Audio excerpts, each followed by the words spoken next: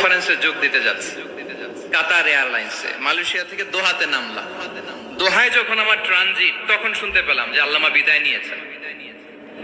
Social মিডিয়ায় শুনে বিশ্বাস করতে পারলাম না। মুহূর্তের মধ্যেই মাসুদ সাইদি ভাইকে মেসেজ করলাম, উনি কোনো উত্তর দিতে পারলেন না। মাসুদ ভাইয়ের সাথে যখন কোলাকুলি করি, আমাদের শামীম ভাইয়ের সাথে যখন কোলাকুলি করি, মনে হচ্ছে আল্লামা সাইদির ঘ্রাণ পাই। শরীরটা চুপ করে থাকো। ইন্তেকাল করলেন। আমি তখন মালয়েশিয়া থেকে যুক্তরাষ্ট্রে একটা কনফারেন্সে যোগ দিতে যাচ্ছি কাতার এয়ারলাইন্সে, মালয়েশিয়া থেকে দোহাতে নামলাম। দোহায় যখন আমার ট্রানজিট, তখন শুনতে পেলাম যে আল্লামা বিদায় নিয়েছেন।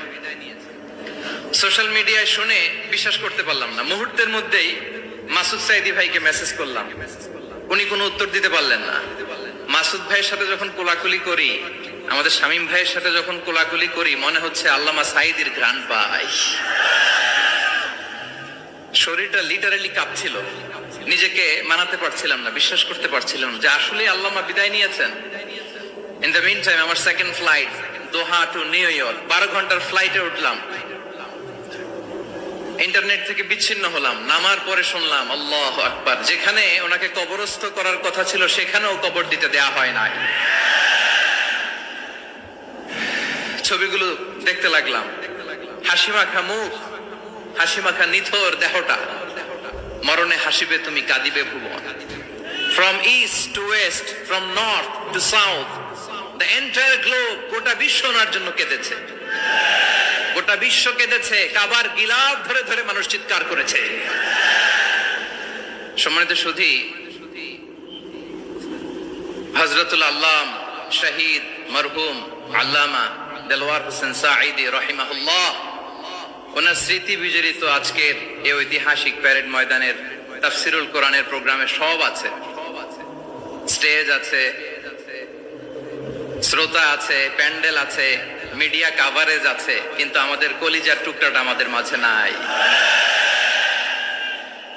আজকের এই প্রোগ্রামে আলোচক হয়ে এই চেয়ারে আমি না বসে, ওই শ্রোতাদের কাতারে বসে যদি আমাদের আল্লামার নুরানি চেহারার দিকে তাকিয়ে ওয়াজ শুনতে পারতাম, আমাদের হৃদয়টা ঠান্ডা হয়ে যেত, আমাদের তৃষ্ণার্ত হৃদয় শান্ত হতো। সব আজকে আছে, কি যেন নাই, ঠিক কিনা বলেন? আল্লাহ তাআলা প্রতি 100 বছরে একজন মুজাদ্দিদ পাঠান, প্রতি 100 বছরে একজন মুজাদ্দিদ, যিনি সমাজকে সংস্কার করেন। আল্লামা দেলওয়ার হোসেন সাঈদী রাহিমাহুল্লাহ ছিলেন তেমন একজন মুজাদ্দিদ। চিৎকার করে বলেন ঠিক কিনা? উনি শিরক বিদআতের আস্তানাকে তছনছ করে দিয়েছেন, তাওহীদের বাণীকে সমুন্নত করেছেন, গণমানুষের কাছে তাফসিরুল কোরআনকে জনপ্রিয় করেছেন। আজীবন আজীবন তিনি ইসলামকে বিজয়ী শক্তি হিসেবে দেখার স্বপ্ন দেখতেন। এত প্রাঞ্জল ভাষা, এত চমৎকার আধুনিক প্রেজেন্টেশন, গণমানুষের কাছে কোরআনের তাফসিরকে এভাবে জনপ্রিয় করে তোলার মতো ব্যক্তিত্ব আল্লামা সাঈদী ছাড়া দ্বিতীয় কেউ এই বাংলার ভূখণ্ডে নাই। এই যে তাফসিরুল কোরআন, এই যে টার্মিনোলজি, এই টার্মটাই উনি আসলে জনপ্রিয় করেছেন। আমরা আগে জানতাম না যে এভাবে তাফসির করা যায়, এভাবে scientific indications of the Holi কোরআনকে মানুষের কাছে পেশ করা যায়, এভাবে এত জীবন ঘনিষ্ঠ করে, এত ইন্টারেক্টিভ করে কোরআনের কথাগুলো মানুষের কাছে উপস্থাপন করা যায়। উনি অন্যায়ের বিরুদ্ধে সবসময় সোচ্চার ছিলেন, প্রতিবাদী কণ্ঠস্বর ছিলেন।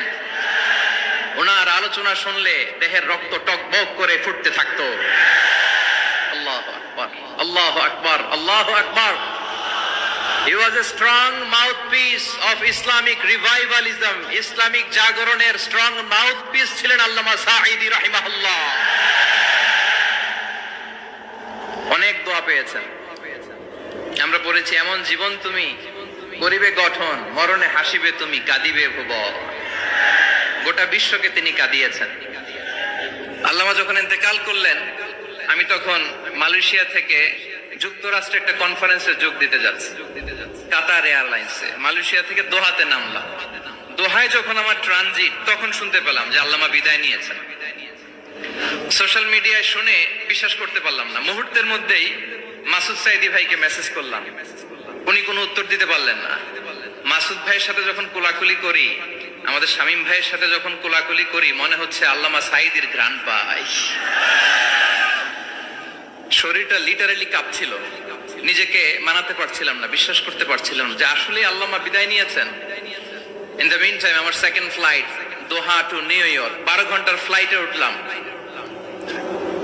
ইন্টারনেট থেকে বিচ্ছিন্ন হলাম। নামার পরে শুনলাম আল্লাহু আকবার, যেখানে ওনাকে কবরস্থ করার কথা ছিল সেখানেও কবর দিতে দেয়া হয় নাই।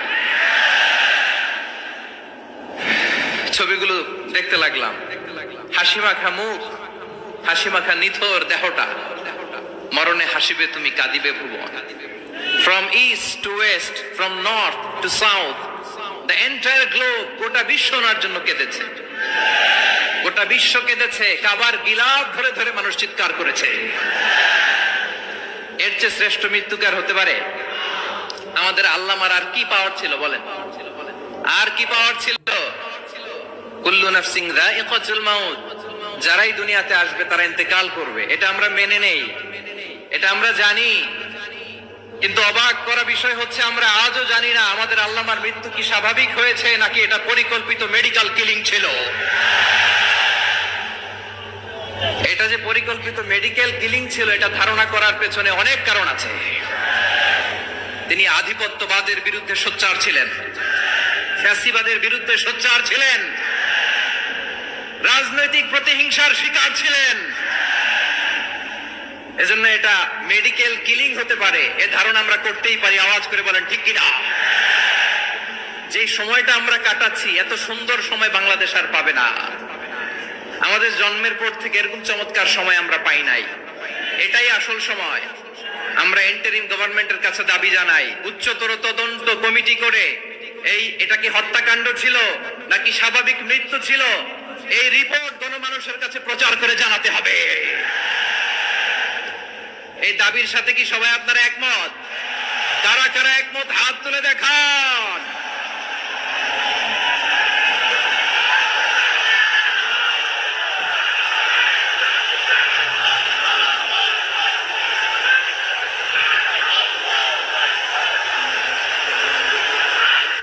আমার প্রিয় ভাইয়েরা, প্রিয় চট্টলাবাসী, আল্লাহ তাআলা তার এই মুখলেস গোলামকে তার জান্নাতুল ফেরদাউসের মেহমান হিসেবে কবুল করুক, তার জীবনের সকল খেদমাগুলোকে কবুল করুক, জান্নাতুল ফেরদাউসের আলা মাকামে তাকে মেহমান হিসেবে কবুল করুক।